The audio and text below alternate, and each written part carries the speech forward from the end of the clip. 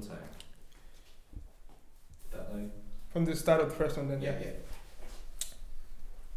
The sun had dipped into the ocean and sizzled out its bright. The sky was a bipolar devil trying to glow in the dark. He was a man with a red beard and a cup full of pennies from all the time souls like mine had wandered here seeking his story.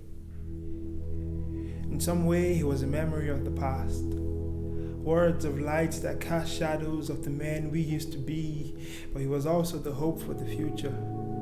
A seed breaking out of its shell, learning to trust the earth, knowing people aren't always good, aren't always bad either. When he said, if I ever do die, I can take care of my soul, but someone please carry my body home, all I could say was I will. All I could think was, I know a few things about being lost to myself. I perfected the art of drawing circles with my footprints. The sand between my toes is not from this beach. What's your poison? I'll have what he's having. We are both travelers of some sort. So no room to fill, he began. We were men. We were Irish men. Our hearts of stone was never for evil. It just had to be strong enough to protect the people in it. See, that's the problem with poets. The sunrise was never meant to be stared at. They only remind us that we had fought the sun that day and won. The stars were never meant to be gazed at. It was the only sign that anything that can only glow in the dark will always remain small and common. So no room to fill. Maybe every silver lining is lightning, and thunder is the sound your body makes when it hits the ground. You, my dear boy, are trying too hard to touch the clouds. There's ground that needs breaking. There's ground that needs breaking. So leave dreams for sleeping men. Leave sky for birds, and leave tears for shoulders strong enough to carry them. But what do I know? I'm just an old man collecting yesterdays till tomorrow comes, and you are a young man with the foolish pride and the wisdom of time. The sun's coming up. Leave a penny in the cup. He lets the rain kiss his closed eyelids wet. He buries the air in the depth of his lungs and counts the seconds between each wave. This has always been a funeral for all his fears. And tonight he washes sugar and yeast and his father's name from his fingertips. He knows all that has no place in war. But he yearns for Glenbeigh, for the kiss of her rain, how her waves rise like the yeast in his father's kitchen. How sunrise was an ode to the sunset before. When did the crashing of waves give way to the clashing of men, and bodies fall to kiss the ground loud? They do not rise like yeast anymore. In honor of the 112, how much room did the nameless dead deserve on a monument? He lets the blood kiss his closed eyelids wet. He buries the dead in the depths of his mind and counts the seconds between each loss. This has always been a funeral for all his friends. I remember Lagos, a humid air and lazy clouds that did nothing to stop the sun. She's nothing like Glenbeigh, but she's everything like Glenbeigh. They are both distant homes of two soldiers in different wars. A burial ground for fears and fathers' names that have no place in war. I came here searching for answers to questions that others asked me. So did Paddy. This was not our war, but we fight all the same. We search all the same, if not for anything, then for love, for hope, for home, for every time life hits you and you rise like the yeast in Paddy's father's kitchen, for those that cannot rise anymore. If I ever do return, I'll let my love kiss my closed eyelids wet. Bury the air of my sister's laugh in the depths of my lungs and count the seconds between each wave of tears from my mother's face. This will be a funeral for all my fears. She runs down the stairs, forgetting the age of her bones. He dropped the walking sticks in each hand and spread his arms awaiting impact.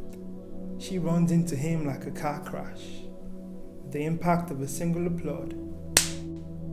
Soft and firm and loud as his fingers rest on the home of her back, place where they had lived for the past 50 years.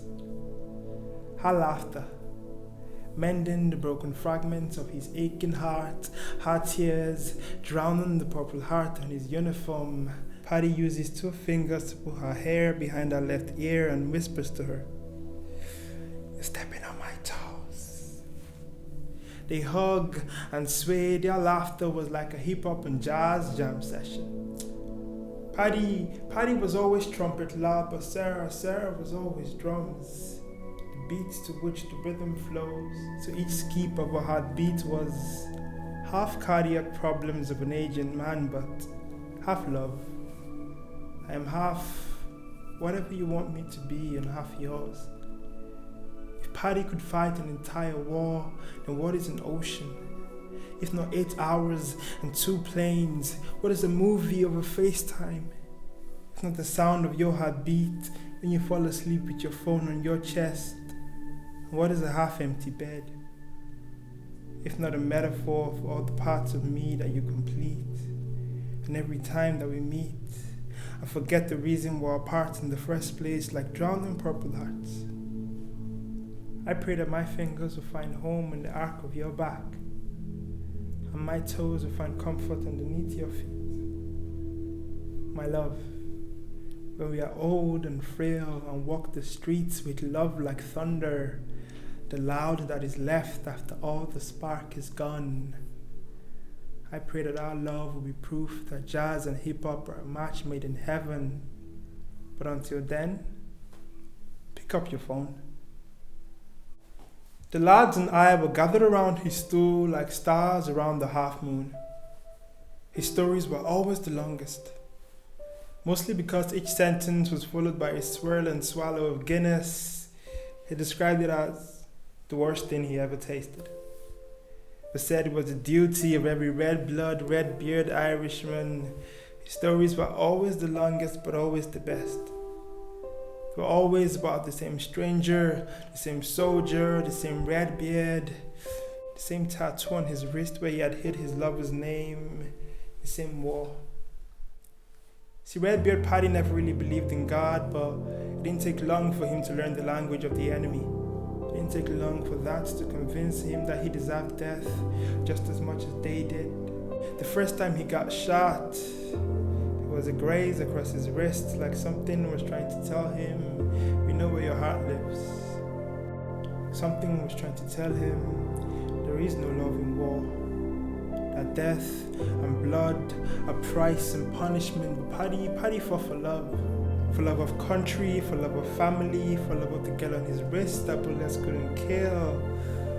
But what is blood if not the price of love? And what is death if not the punishment for apologetic sinners? For God so loved the world that he killed himself. The war, as patient as his love, but waiting long into the nights, the days, as many as the number of fatherless homes, each bullet hole just something else for bullet girl to feel. Her touch was soft and deep and complete. Paddy prayed in the language of the enemy the day he heard the war was over. He cried in the language of God the day he heard he had lost her, almost half expecting it. Something for his sins, a bandage for his wrists that heals and covers all at once.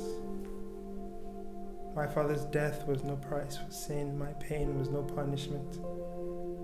I sat there, listening to this story about the price of sin and the punishment of war, wondering, what was my sin? Why do I always have to look up at the half moon and wonder, where are the stars gone? If death is the price of love, then what is the price of life? Tell me and I'll pay it. Maybe Paddy and I aren't too different after all. Maybe we both cry a bit too deep and love a bit too God. But losing her will always be his price. Loving you will always be my sin.